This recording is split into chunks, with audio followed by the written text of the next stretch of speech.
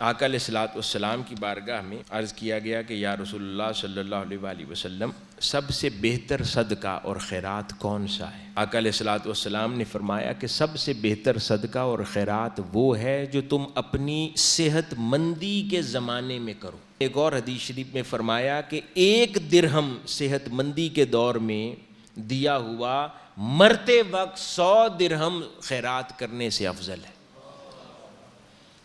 ایک اور روایت میں فرمایا کہ اب جب تم مرنے والے ہو تو اینی وے وہ پیسہ تمہارا کسی اور کا ہو ہی جانا ہے، تو آج جب تمہیں اپنی موت کا خوف نہ ہو اس وقت اپنے مال میں سے اللہ کی راہ میں دو۔